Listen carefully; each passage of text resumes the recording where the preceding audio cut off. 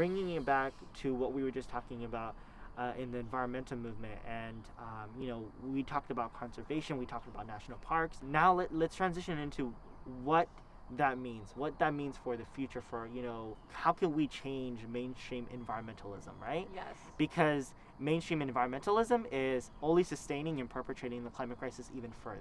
Right. And has been. It's not solving anything, even though that there has been strides. There has scientists that have been working on this for quite a long time, right? But there hasn't been a push where people understand these complex issues and how they're all interconnected, and how we can really make a difference, right? And how, because we understand them, now we can act upon them, right? I would love to hear your thoughts on this. Like, what do you think, how can we get around having the conversation around, not only being about conservation, right? But how can we do conservation right? Yes. How can we make the outdoors more accessible to BIPOC, marginalized, low-income youth, right? And people of color, just people in general, Yes. right? I think that for me, watching our community really embrace the idea of intersectionality and how that's going to impact the way we approach conservation, what I really see is, and you said it yourself, the information largely is there, but there is an accessibility problem to it. And that the accessibility issues look very different. So sometimes it's just general access to academia, but then sometimes, there are very strategic uses of language that really provide a lot of barriers, right? Like, there'd be some fancy terms out there that are just not necessary, okay?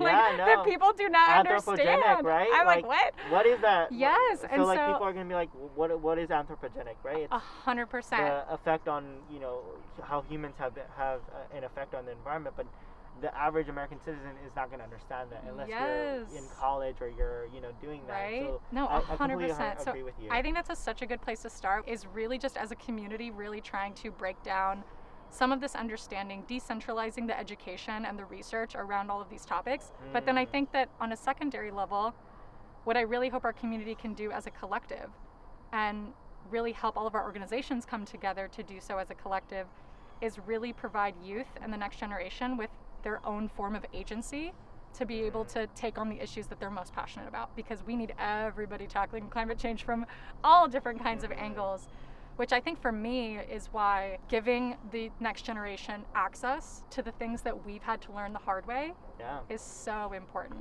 which is why I really love the idea of being able to provide mentorship in ways that I never received when I was like a lonely eco kid in Texas, right? Yeah. Like, never.